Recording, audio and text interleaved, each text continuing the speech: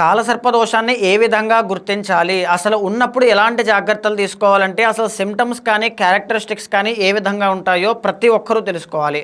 ఇలాంటివి కనబడితే ఖచ్చితంగా కాలసర్పదోషం ఉంది అని మీరు గుర్తించవచ్చు. ప్రధానంగా చెప్పాలి అంటే క్రానిక్ హెల్త్ ఇష్యూస్ అనేటువంటి లైఫ్లో చాలా తొందరగా ఎర్లీ స్టేజ్లో రావడం చాలా తొందరగా మనం గుర్తించవచ్చు. అండ్ కోపము అనేటువంటిది ఎక్కువగా ఉంటుంది, యాంగర్ ఇష్యూస్ అండ్ వ్యక్తిత్వాన్ని మనం కొద్దిగా చూసుకుంటే కనుక కోపము అనేటువంటిది ఎక్కువగా ఉండడం, హైలీ సెన్సిటివ్ అండ్ ఎమోషనల్ నేచర్తో ఉండడం, కానీ లేకపోతే అతి మంచితనము అనేటువంటిది చాలా ఎక్కువ ఉంటుంది, అతి దాన గుణము, అతి ప్రేమ, ఓవర్ పొసెసివ్నెస్, ఇలాంటివన్నీ కూడా కాలసర్పదోషం యొక్క ప్రధానమైనటువంటి లక్షణాలుగా మనం గుర్తించవచ్చు. ఇక రెండవది ఏంటి అంటే చదువుకునేటువంటి వయసులో విద్యలో ఎన్నో ఆటంకాలు అనేటువంటివి వాళ్ళకి వస్తాయి. అంటే చదువు సాగనివ్వకుండా డిస్టర్బెన్సెస్ కానీ డిస్ట్రాక్షన్స్ కానీ మానేయడం కానీ, అది ఆర్థిక సమస్య వల్ల దేని వల్లనైనా సరే కావచ్చు. అయితే ఇంకా రెండవది ఏంటి తర్వాత ఏంటి అంటే డబ్బులు నిలబడకపోవడం అండి. సెకండ్ హౌస్ వచ్చేసి ఈ ధనస్థానం, డబ్బులు నిలబడకపోవడం, ఎంత సంపాదించినా డబ్బులు నిలబడవు. మూడవది ఏంటి అంటే వాళ్ళు ఎక్కడైతే పని చేస్తుంటారో అక్కడ ఆ ప్రదేశంలో అట్మాస్ఫియర్లో వీళ్ళకి ఒక నెగిటివ్ ఇంపాక్ట్ అనేటువంటిది ఉంటుంది. వీళ్ళ యారోగెంట్ అని, కోపిస్టులని, మొండి వాళ్ళని, వీళ్ళ మీద ఒక నెగిటివ్ ప్రోపగాండా అనేటువంటిది తిరుగుతూ ఉంటుంది. నాలుగవది మ్యారిటల్ లైఫ్లో ప్రాబ్లమ్స్ అనేటువంటివి ఉంటాయి. చిన్న వయసు నుంచే తల్లిదండ్రులు వీళ్ళ యొక్క కష్టాన్ని గుర్తించలేకపోవడం, రికగ్నైజేషన్ అనేటువంటిది లేకపోవడం వల్ల అనేక సమస్యలు తలెత్తుతూ ఉంటాయి. ఇక ఐదవది సంతాన సమస్య. అంటే ఇవన్నీ ఉంటాయి అని కాదండి, వీటిలో ఏదైనా మీరు గుర్తించవచ్చు అని చెప్తున్నాను. ఐదవది సంతాన సమస్య, సంతానం లేటుగా పుట్టడం కానీ, పుట్టినటువంటి సంతానానికి ఆరోగ్య సమస్యలు, ఆర్టిజం, మాటలు సరిగ్గా రాకపోవడం కానీ, బాల అరిష్ట దోషములతో జన్మించడం, గర్భదోషాలు అంటే కడుపులో ఉండగానే చనిపోవడం, ఇది ఖచ్చితంగా ఫేస్ చేస్తారు, దీన్ని బాగా గుర్తించవచ్చు. ఇక ఆరోది ఏంటి అంటే శత్రువులు, కుటుంబంలోని శత్రువులు ఉంటారు, మోసం చేసేటువంటి వాళ్ళు పక్కనే ఉంటారు, అతి మంచితనంతో నమ్మి హామీలు, రుణ బాధలు ఇవన్నీ కూడా వీళ్ళకి కొని తెచ్చుకున్నట్టుగా, వీళ్ళకి ఏముండవు, వీళ్ళే కావాలని వీళ్ళ యొక్క ప్రయత్నపూర్వకంగా కొని తెచ్చుకున్న విధానంగా కనబడుతూ ఉంటాయి. ఇక్కడ ఏడవది ఏంటి అంటే మ్యారిటల్ లైఫ్లో మిస్అండర్స్టాండింగ్స్ అనేటువంటివి చాలా ఎక్కువ అవుతాయి. అంటే ఏమీ ప్రాబ్లం ఉండదు, చాలా చిన్న ప్రాబ్లమే అది చాలా పెద్దగా అయిపోతుంది.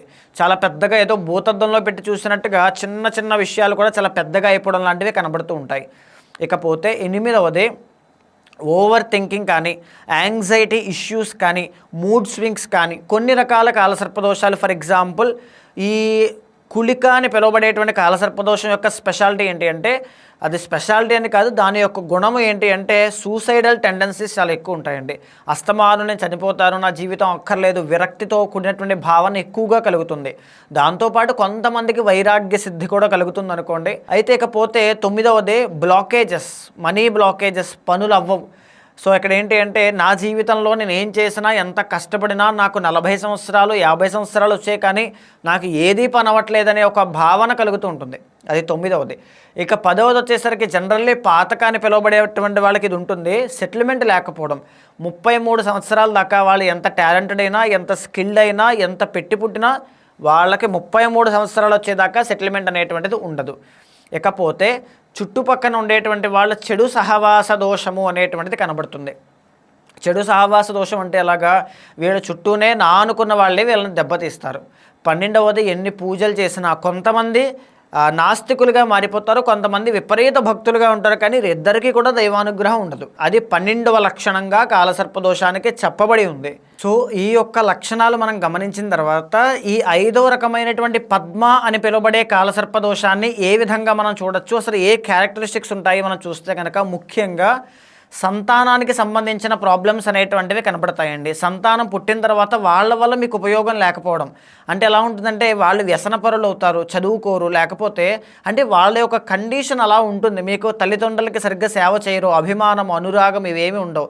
తల్లిదండ్రుల మీద వాత్సల్యం అనేటువంటిది లేకపోవడం, పిల్లల కోసం మీరు బాగా శ్రమ పడాల్సిన పరిస్థితులు రావడం, కానీ ఇలా అంటే తల్లిదండ్రులకు ఒక వేదన, రోదన అనేటువంటివి పిల్లల కోసం ఎక్కువైపోతాయి. వాళ్ళ ఆరోగ్యం, వాళ్ళ ఎడ్యుకేషన్, వాళ్ళ మ్యారిటల్ లైఫ్, ఎవ్రీథింగ్ ఇవన్నీ కూడా పద్మ కాలసర్పదోషం యొక్క బేసిక్ క్యారెక్టరిస్టిక్స్ అండి.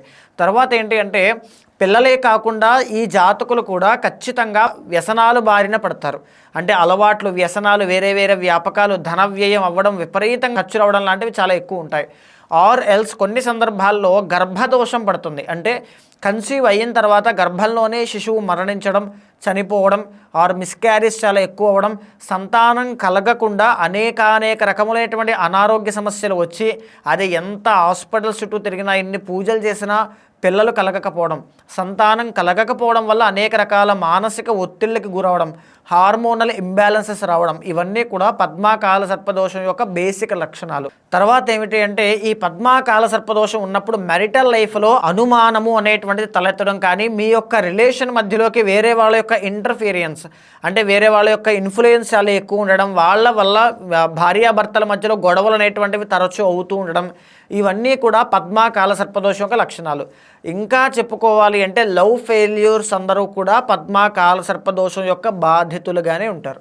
ఎందుకంటే 5th అనేటువంటిదే లవ్ హౌస్, అక్కడే రాహు ఉన్నప్పుడు లవ్ ఫెయిల్యూర్, రాంగ్ పర్సన్తో రిలేషన్ మెయింటైన్ చేయడం, రాంగ్ పర్సన్ని లవ్ చేయడం, రాంగ్ పర్సన్తో టైం వేస్ట్ చేయడం లాంటివి చాలా ఎక్కువ అవుతూ ఉంటాయి. ఇది తెలియక చాలామంది ఒక డిప్రెసివ్ స్టేట్కి అనేటువంటి వెళ్తూ ఉంటారు. పద్మాకాల సర్పదోషం ఉన్నప్పుడు ఏ రిలేషన్ మీద హోప్స్ అనేటువంటివి పెట్టుకోవద్దు, ఎక్స్పెక్టేషన్స్ అనేటువంటివి అస్సలు పెట్టుకోకూడదు. అండ్ ఇంకొకటి ఏంటి అంటే ఈ 11th హౌస్లో ఎప్పుడైతే కేతు ఉంటారో చెడు సహవాస దోషము, చుట్టుపక్కన ఉన్నటువంటి జనమంతా కూడా స్క్రాప్లో ఉంటారు. అంటే వీళ్ళని ఎప్పుడు వాడుకుందాం, అవసరానికి అవకాశం కోసం వాడుకునే విధంగా వీళ్ళ దగ్గర నుంచి ఒక మనీ ఎక్స్పెక్ట్ చేస్తూ ఆర్ ఎనీ వర్క్ని ఎక్స్పెక్ట్ చేస్తూ ఉంటారు తప్ప నిస్వార్థమైనటువంటి వ్యక్తులు ఉండడం చాలా కష్టం, రేర్, అసలు ఉండరు కూడా. మీరు మనసు విప్పి ఏదైనా చెప్పుకుందాం, మీ బాధ చెప్పుకుందామన్నా ఎవరైతే మీరు మీ మనసులో ఉన్నటువంటిది యాజ్ ఇట్ ఈస్గా డంప్ చేద్దామన్నా మీ చుట్టుపక్కల ఎవరూ కూడా అంతటి ఫ్రీగా మాట్లాడగలిగే కంఫర్టబుల్ పర్సన్స్ ఎవరు దొరకరు. అంటే ట్రూ ఫ్రెండ్స్ అనేటువంటి వాళ్ళు లేకపోవడం, ఇవన్నీ కూడా పద్మాకాల సర్పదోషం యొక్క లక్షణాలు. ఇది ఉంది అని తెలియక చాలామంది ఒక గైడెన్స్ లేక చాలా రాంగ్ రిలేషన్షిప్లోకి వెళ్ళడం, వ్యసనాలు బారిన పడడం, రాంగ్ ఇన్వెస్ట్మెంట్స్ చేయడం ఆర్ లేకపోతే చెడు సహవాస దోషం వల్ల డబ్బులన్నీ కూడా నష్టపోవడం చాలా ఎక్కువగా చూస్తుంటారు. అలాంటి వాళ్ళు ఖచ్చితంగా ముందు ఇమీడియట్గా పద్మాకాల సర్పదోషానికి సంబంధించిన రెమెడీ చేయండి. ఆ తర్వాత మీ లైఫ్లో జరిగేటువంటి చేంజెస్ అన్నీ కూడా మీకే తెలుస్తాయి.